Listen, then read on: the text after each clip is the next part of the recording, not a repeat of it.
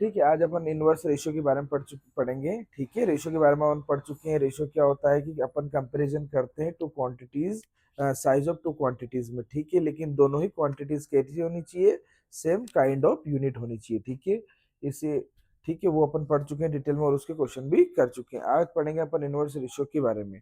Inverse ratio में क्या होता है, जैसे मान लो आपके पास ए रेशियो बी है। क्या है, ए रेशियो बी है, तो this is the ratio form. कौन सा फॉर्म हो गया, ये रेशियो फॉर्म हो गया। लेकिन जब मैं b बाई ए लिखूंगा तो ये कौन सा फॉर्म हो जाएगा, इनवर्स रेशियो फॉर्म। ठीक है, ए रेशियो बी को मैं लिख सकता हूँ B ratio A, this is the inverse ratio. मतलब क्या होता है कि यहाँ पर जो एंटीसीडेंट है वो कॉन्सिक्वेंट बन जाएगा और जो कॉन्सिक्वेंट होता है वो एंटीसीडेंट बन जाएगा। ठीक है, तो ये इनवर्स रेशियो में अपन ए रेशियो बी अपॉन ए लिखेंगे। ठीक है, लेकिन आपको याद देखना पड़ेगा कि रेशियो एंड इनवर्स रेशियो दोनों का प्रोडक्ट क्या होता है, वन। जैसे आपके पास लिखा A by B into B by A, तो दोनों का रेशियो क्या होता है, दोनों का रेशियो वन होगा। ए से कैंसिल, बी से बी कैंसिल। ठीक है, तो वन आ गया। ठीक है, तो product of ratio and inverse ratio is called is equal to one. ठीक है, यहाँ पर देखेंगे one ratio is the inverse of the another is the product is one. मतलब आपके पास कोई रेशियो दे रखा है 5:6 और मुझे इसका इनवर्स निकालना है, तो इसका इनवर्स कैसे निकलेगा, जल्दी बोलो। इनवर्स रेशियो किस तरह, 6/5। ठीक है, ये एंटीसीडेंट है, कॉन्सिक्वेंट में चेंज हो जाएगा और कॉन्सिक्वेंट एंटीसीडेंट में चेंज हो जाएगा। और दोनों का जो प्रोडक्ट होता है, प्रोडक्ट क्या होगा, प्रोडक्ट होगा A upon B into B upon A. इसका मतलब क्या हो गया, 5/6 इंटू 6/5। यहाँ से 6 से 6 कैंसिल, 5 से 5 कैंसिल, इक्वल टू कितना आ जाएगा, 1। तो इसका जो प्रोडक्ट होगा वो कितना होगा आपका, 1 होगा। आगे A ratio B is the inverse of the B ratio A and vice versa. ठीक है, A ratio B is the inverse of B ratio A. तो ए रेशियो बी को मैं इनवर्स है, तो ये किसका है, बी रेशियो ए का। और ए रेशियो बी का इनवर्स कितना हो जाएगा, B ratio A ratio B का इनवर्स बी रेशियो ए और बी रेशियो ए का इनवर्स ए रेशियो बी। तो आपको ये चीज ध्यान देनी है। अगला पॉइंट क्या हो जाएगा, इसकी प्रॉपर्टीज हो गई। इसकी प्रॉपर्टीज में जो फर्स्ट प्रॉपर्टीज होती है वो क्या हो जाएगी कि जैसे मान लो आपके पास ए रेशियो बी है, इसको क्या कहेंगे अपन, रेशियो फॉर्म में। कौन सा फॉर्म है ये, रेशियो फॉर्म में, ए रेशियो बी। अब ए रेशियो बी है, लेकिन इसमें इनइक्वलिटीज का हम खासकर ध्यान रखेंगे। इनइक्वलिटीज का मतलब अगर जो यहाँ पर ए ग्रेटर देन बी है तो ये हो जाएगा हमेशा कैसे बनेगा, 6/2, 8/7, 11/10, ऐसी चीजें बनेगी। क्यों, क्योंकि यहाँ पर क्या है, ए ग्रेटर देन बी। इसका मतलब क्या हो गया कि ए की वैल्यू बी से क्या है, बड़ी। हो सकता है इन रेशियो फॉर्म की जगह में हो सकता इनवर्स रेशियो भी लिख सकते हो आप। अपन इनवर्स पढ़ रहे हैं तो इनवर्स फॉर्म भी लिख सकते हैं, इनवर्स फॉर्म। रेशियो बी को मैंने इनवर्स बोल दिया, इसका मतलब क्या हो गया कि ए इज ग्रेटर देन बी। ए हमेशा बी से क्या होगा, बड़ा। यहाँ पे 6 क्या है, greater than 2, 8 is greater than 7, 11 is greater than 10। ठीक है, तो ये जो साइन होता है ये इनइक्वलिटीज का होता है। किसका होता है, इनइक्वलिटी का साइन होता है। ये जिधर बड़ा होगा वो वैल्यू क्या होगी, जिधर इसका मुंह खुला होगा। जैसे मान लो ए की तरफ इसका मुंह खुला हुआ है, इसका मतलब ए की वैल्यू बी से बड़ी है। जैसे 6 ग्रेटर देन 2, तो 6 2 से बड़ा है। 11 ग्रेटर देन 10, तो 11 10 से बड़ा है। जिधर मुंह खुला होगा वो वैल्यू क्या होगी, बड़ी होगी। तो इनइक्वलिटीज का मतलब 6 ग्रेटर देन 2, 11 ग्रेटर देन 10। इसी में इनइक्वलिटीज में अगर जो बी, सेकंड पॉइंट, अगर जो बी ग्रेटर देन ए आ जाए तो इसका मतलब क्या हो गया, अब ये एंटीसीडेंट होता है, बी कॉन्सिक्वेंट होता है, लेकिन कॉन्सिक्वेंट की वैल्यू क्या हो जाएगी, अब बड़ी। इसका मतलब नीचे की वैल्यू क्या होगी, फिर बड़ी होगी। जैसे मैं बोल सकता हूँ 2/11, 23/29। ठीक है, ऐसी वैल्यू होगी। अब इसमें जो बी है वो बड़ा है, मतलब 11 इज ग्रेटर देन 2 हो गया, 29 इज ग्रेटर देन 23 हो गया। तो हमेशा डिनोमिनेटर की वैल्यू बड़ी होगी, किसमें, बी ग्रेटर देन ए में। तो इनइक्वलिटीज में यही होता है हमेशा कि ए ग्रेटर देन बी है, इसका मतलब ए की वैल्यू बी से बड़ी है, तो न्यूमरेटर की value always greater than denominator. मतलब कह सकते हैं कि antecedent is greater than consequent. लेकिन हाँ, बी ग्रेटर देन ए होगा तो डिनोमिनेटर की value always greater than numerator. तो यहाँ पर बी ग्रेटर देन ए होगा तो यहाँ पर हमेशा डिनोमिनेटर किससे, न्यूमरेटर से बड़ा होगा। तो आपके पास ये दोनों चीजें समझ में आ गई कि इनइक्वालिटीज क्या होती हैं, ए ग्रेटर देन बी और ए लेस देन बी। हाँ, जैसे अपन बोलते हैं कि ए ग्रेटर देन बी, तो बी, ए बड़ा है बी छोटा है, तो ये भी तो बोल सकते हैं कि बी लेस देन ए, मतलब बी ए से छोटा है। तो आप ऐसे भी लिख सकते हो कि ए ग्रेटर देन बी और ए बड़ा है बी से, लेकिन बी छोटा है किससे, ए से, तो ऐसा भी लिख सकते हो कि बी लेस देन ए। लिखने का अपना अपना तरीका है। इसमें क्या लिख सकते हो कि जो बी है वो क्या है, ग्रेटर देन किससे, ए से, लेकिन ए क्या है, छोटा है, तो इसमें लिख सकते हो ए लेस देन बी। समझ में आ गया? तो इसका मतलब कौन सी वैल्यू बड़ी है कौन सी वैल्यू छोटी है वो इनइक्वालिटीज पे डिपेंड करेगी। ओके, अपन अब पॉइंट नंबर 2 पढ़ेंगे। पॉइंट नंबर 2 क्या है कि the ratio compounded of the ratio A ratio B and C ratio D. मतलब आपके पास दो रेशियो दे रखे हैं, एक तो दे रखा है ए रेशियो बी और एक दे रखा है सी रेशियो डी। अब आपके पास दो रेशियो है, तो आपको पता है कि जब ए रेशियो बी होता है तो उसको फ्रैक्शन फॉर्म में कैसे कन्वर्ट करते हैं। तो फ्रैक्शन फॉर्म कैसे लिखेंगे, फ्रैक्शन फॉर्म लिखेंगे ए अपॉन बी। जबकि सी और अपॉन डी का फ्रैक्शन फॉर्म कैसे लिखेंगे, सी अपॉन डी।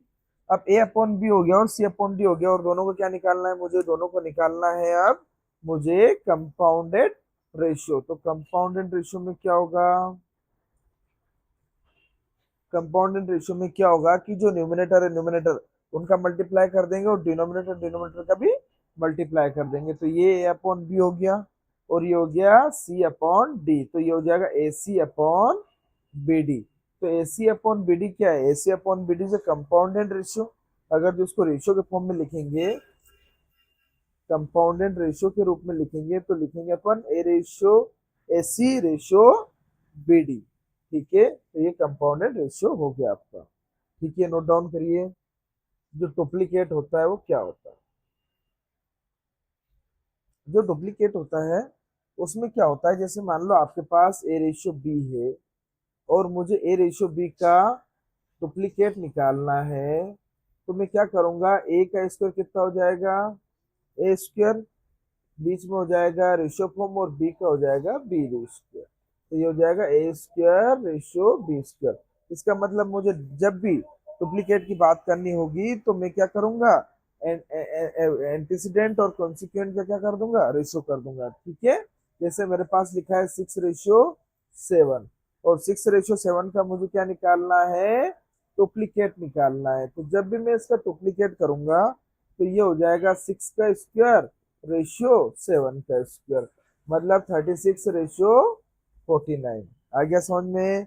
तो जब डुप्लीकेट की बात होगी तो उसका स्क्वायर होगा किसका, एंटीसीडेंट और कॉन्सिक्वेंट का। ठीक है, तो ये चीजें छोटी सी चीजें हैं जो आपको नोट करनी जरूरी है।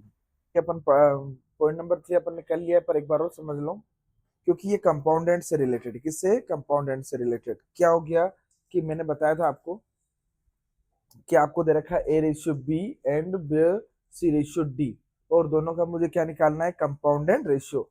तो कंपाउंडेंट रेशियो क्या होता था, अगर जो आपको अभी थोड़ी देर पहले मैंने पढ़ाया था, हल्का से भी ध्यान है, तो क्या करते थे अपन, क्रॉस मल्टीप्लीकेशन करते थे, किसका, न्यूमिनेटर का न्यूमिनेटर से और डिनोमिनेटर का डिनोमिनेटर से। तो ये हो जाएगा ए अपॉन बी और ये हो जाएगा सी अपॉन डी, तो ये हो जाएगा ए सी अपॉन बी डी। लेकिन उसने यह नहीं पूछा, उसने ये पूछा है कि the compounded ratio of itself, मतलब वो खुद के साथ कंपाउंडेड रेशियो क्या होगा। तो उसका मतलब क्या हो गया, उसका मतलब ये हो गया कि मान लो आपके पास ए रेशियो बी है और ए रेशियो बी एंड आपके पास फिर ए रेशियो बी है, दोनों का मुझे क्या निकालना है, कंपाउंडेड रेशियो। तो कंपाउंडेड रेशियो क्या होगा, A ratio B as it is लिखो इनटू ए रेशियो बी, तो कितना हो जाएगा, A square upon B ratio, A square upon B square. तो इसको लिखने का तरीका क्या हो जाएगा अपने पास, कंपाउंडेड रेशियो का ए स्क्वायर रेशियो बी स्क्वायर। ठीक है, तो यही तो होता है डुप्लीकेट। डुप्लीकेट क्या होता है, ए रेशियो बी का जो डुप्लीकेट होता है वो होता है ए स्क्वायर रेशियो बी स्क्वायर। ठीक है, अपन ने क्या पढ़ा था कि जो डुप्लीकेट होता है रेशियो, वो ए रेशियो बी का क्या होगा, A square B ratio B square. जैसे मान लो आपके पास लिखा है 6 नहीं 5:7, तो 5:7 का डुप्लीकेट क्या होगा, तो अपन देखेंगे कि जो डुप्लीकेट है किसका 5:7 का, वो हो जाएगा 5 स्क्वायर और 7 स्क्वायर। और अगर जो उसका कंपाउंडेड रेशियो निकालेंगे, कंपाउंडेड रेशियो फॉर 5:7 इटसेल्फ, तो वो भी यही होगा। इसका मतलब क्या हो गया कि जो पॉइंट नंबर थर्ड है कि रेशियो कंपाउंडेड इटसेल्फ, मतलब उसका खुद के साथ मल्टीप्लीकेशन करोगे आप ए अपॉन बी इंटू ए अपॉन बी, तो वो हो जाएगा A square upon B square, जिसको मैं लिखूंगा ए स्क्वायर रेशियो बी स्क्वायर से। तो ये क्या हो गया, कंपाउंडेड रेशियो हो गया। ठीक है, अगला इसी का डुप्लीकेट बोलते हैं। डुप्लीकेट क्या होता है, ए रेशियो बी। तो duplicate of A ratio B is A square ratio B square. ठीक है, ए रेशियो बी का डुप्लीकेट क्या होगा, A square ratio B square. ऐसा ही आपका ट्रिप्लीकेट होता है। क्या होता है ट्रिप्लीकेट? ट्रिप्लीकेट में क्या होगा कि मान लो आपके पास ए रेशियो बी है, और ए रेशियो बी का जो ट्रिप्लीकेट होता है कुछ नहीं, ए का क्यूब हो जाएगा और बी का क्यूब हो जाएगा, और दोनों के बीच में क्या लग जाएगा, रेशियो। ठीक है, तो ए स्क्वायर ए क्यूब रेशियो बी क्यूब किसका होगा, ट्रिप्लीकेट होता है ये ऑफ ए रेशियो बी। या बोल सकते हैं कि the triplicate of A ratio B is A cube ratio B cube. ठीक है, कंडीशन अगली अगली कंडीशन क्या हो जाएगी, अब सब फिफ्थ पॉइंट तो हो गया अपना, ये फिफ्थ पॉइंट हो गया। ठीक है, अगला पॉइंट क्या होगा अपना सिक्स्थ। तो सिक्स्थ जो पॉइंट होता है वो सब डुप्लीकेट होता है। सब डुप्लीकेट का मतलब होता है कि मान लो ए रेशियो बी का आप क्या निकाल रहे हो, सब डुप्लीकेट। तो सब डुप्लीकेट निकालोगे तो क्या हो जाएगा, अब डुप्लीकेट निकालोगे तो स्क्वायर होता है, तो सब डुप्लीकेट निकालोगे तो स्क्वायर रूट हो जाएगा। तो ये हो जाएगा ए की पावर 1/2 रेशियो बी की पावर 1/2। या फिर आप इसको ऐसे भी लिख सकते हो, square root of A ratio square root of B. तो इसमें क्या होता है, जैसे मान लो आपके पास 25:36 है, और इसको मुझे सब डुप्लीकेट निकालना है। तो सब डुप्लीकेट निकालूंगा तो कुछ नहीं, इसका क्या करेंगे, अंडर रूट कर देंगे। तो 25 और 36 का स्क्वायर रूट हो जाएगा। तो 25 का होता है 5 और 36 का कितना होता है 6। तो 25:36 का सब डुप्लीकेट क्या होगा, 5:6। ठीक है, सिक्स नंबर का पॉइंट अपना हो गया था। लेकिन एक बार और देख लो, अपन ने क्या सीखा था, अपने सीखा था सब डुप्लीकेट। सब डुप्लीकेट में क्या होता था कि जैसे ए रेशियो बी का मुझे सब डुप्लीकेट निकालना है, तो वो इसके रूट में कन्वर्ट हो जाता था। जैसे मान लो आपके पास ए रेशियो बी है, और मुझे क्या निकालना है, इसका सब डुप्लीकेट। तो सब डुप्लीकेट निकालेंगे तो ए का क्या हो जाएगा, ए का पावर 1/2 रेशियो बी की पावर 1/2। मतलब मुझे जब भी सब डुप्लीकेट की बात करनी है तो हमेशा स्क्वायर रूट और ए की पावर 1/2 रेशियो बी की पावर 1/2 में कन्वर्ट करना है। जैसे मुझे लिखा है 25:36 का मुझे क्या निकालना है, सब डुप्लीकेट। तो सब डुप्लीकेट निकालूंगा तो वही सेम कंडीशन बनेगी, 25 की पावर 1/2 रेशियो 36 की पावर 1/2। अब जानते हो 25 का स्क्वायर रूट कितना होता है 5, और 36 का स्क्वायर रूट 6 हो जाएगा। तो ये आपका आंसर आ जाएगा। ठीक है, ऐसा ही सेम कंडीशन सब डुप्लीकेट में होती है, तो ऐसी सेम कंडीशन सब ट्रिप्लीकेट में भी होगी। तो पॉइंट नंबर 7 क्या हो जाएगा आपके पास, सब ट्रिप्लीकेट। तो सब ट्रिप्लीकेट में सेम कंडीशन बनती है कि अपन ए रेशियो बी का सब डुप्लीकेट निकालेंगे तो स्क्वायर रूट बनेगा, और सब ट्रिप्लीकेट निकालेंगे तो क्यूब रूट बनेगा। ठीक है, जैसे मान लो आपके पास ए रेशियो बी है, और ए रेशियो बी का मुझे क्या निकालना है, सब ट्रिप्लीकेट। जब मैं ए रेशियो बी का सब ट्रिप्लीकेट निकालूंगा, इसका मतलब मैं क्यूब रूट लूंगा। तो क्यूब रूट लूंगा तो ये हो जाएगा,